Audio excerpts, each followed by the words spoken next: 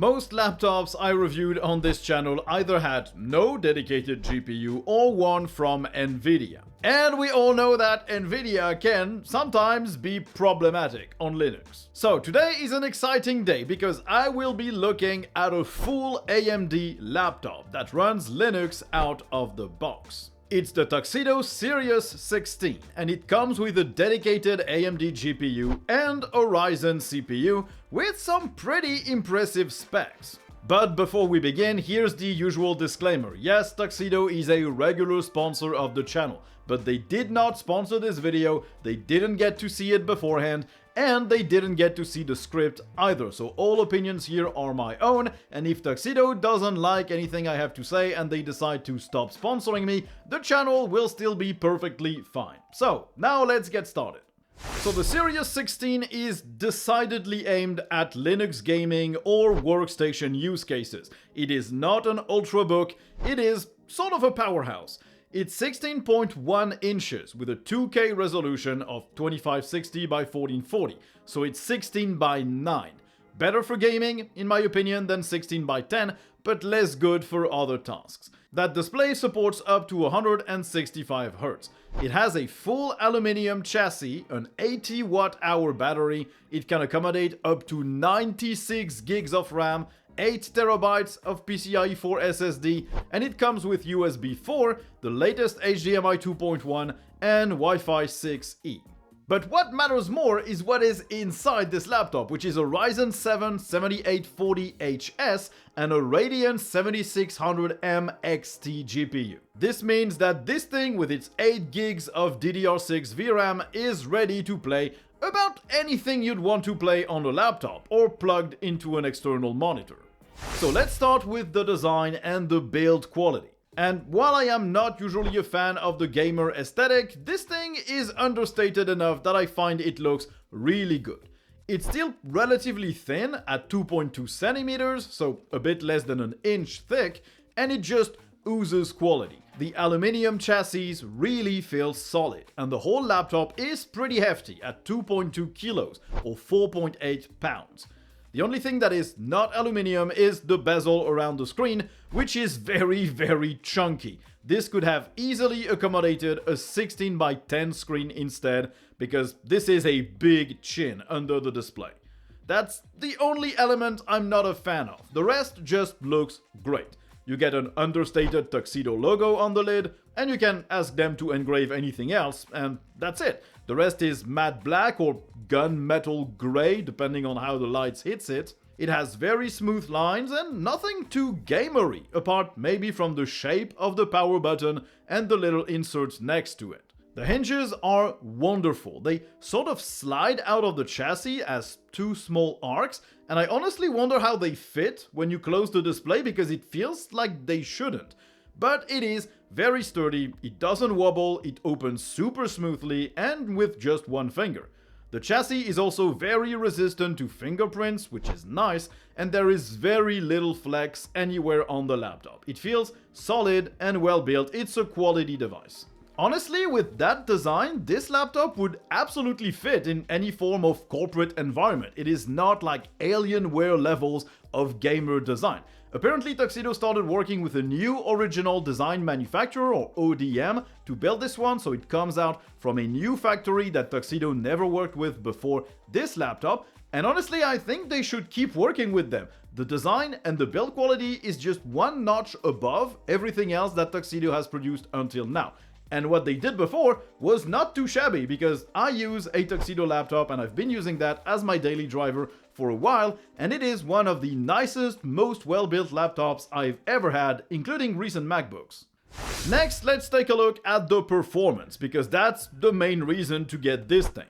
So the CPU is a Ryzen 7 7840HS. It's 8 cores, 16 threads, running at a top speed of 5.1 GHz. In Geekbench 6, it got 2640 in single core and 12635 in multi-core, so it is more powerful than the i7 13700H that I use daily on my own laptop. In terms of gaming, I ran the benchmark for Horizon Zero Dawn. At the native resolution of 1440p and max settings, the game got 77 FPS, perfectly playable with a very nice looking experience. Lowering that to 1080p and using FSR on the quality setting, still with all details maxed out, I got 116 FPS.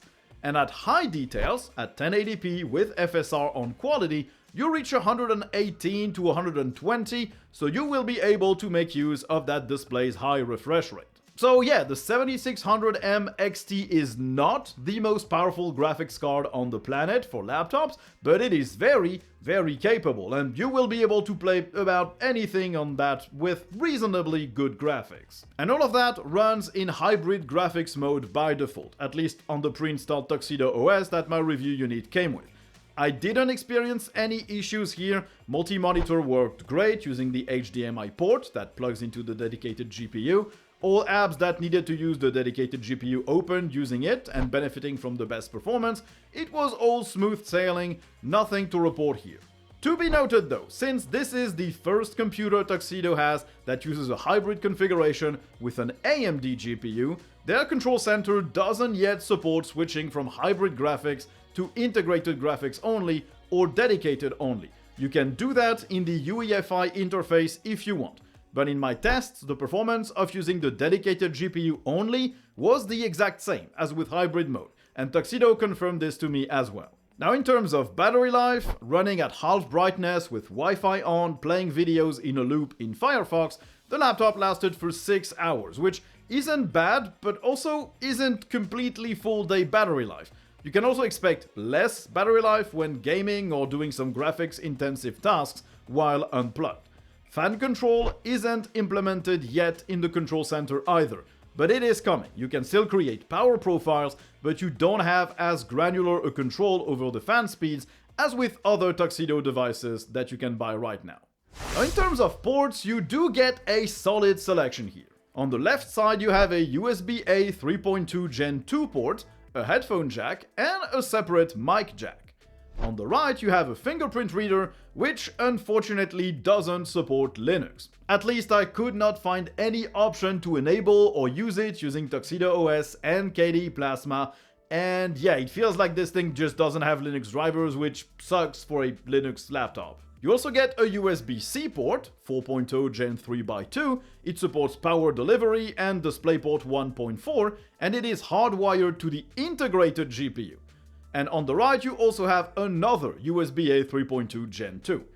Finally, on the back you get a barrel charger, a gigabit Ethernet port, an HDMI 2.1 port that supports FreeSync and is hardwired to the dedicated GPU, and a USB-C 3.2 Gen 2x1 port that supports DisplayPort, FreeSync, and is also hardwired to the dedicated GPU. So yeah, you can drive a bunch of external monitors, plug in through Ethernet, and basically just run anything you like off of all of these ports, including charging the laptop with USB-C. So yeah, no blunder here, it's perfect. Now the display on the laptop is also pretty good if you don't have a problem with 16:9. It can run up to 165 Hz, but it can go down to 120, 96, 72 or 60 Hz. Viewing angles are perfect, and it covers 100% of sRGB with a contrast ratio of 1000 to 1. It's only 300 nits of brightness, it's not bad, but it's not the brightest ever, but it also supports AMD FreeSync. It's 2K, so 2560 by 1440p, which in my opinion is great for a 16-inch display, because it means you don't really need to use fractional scaling or scaling at all. Now let's look at the inputs, because these are what makes or breaks a laptop. If you have a crappy touchpad or a crappy keyboard, then you might as well not bother at all. Now the keyboard is a rubber membrane affair that feels really good to type on. It's quiet, key travel is okay, and the keys don't get stuck, they're stable, so you can press from a corner and activate them, and you also get a numpad, which is a personal preference. You get a Tux branded key, you get full-size arrow keys that are slightly off compared to the rest of the keyboard. I hated that at first, but I kinda like it now because it makes them really easy to find.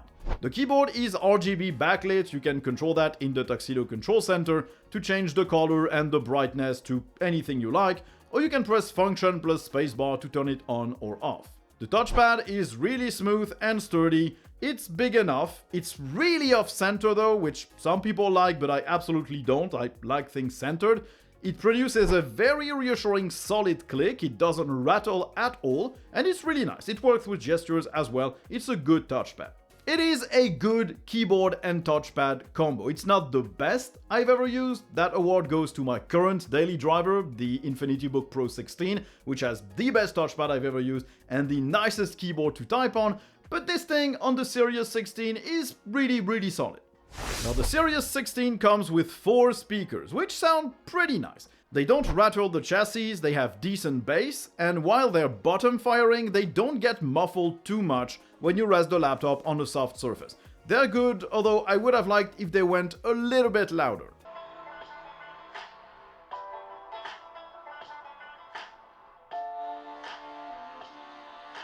The mic is nothing to write home about. It's okay for small chats, but you're not recording a podcast on this thing.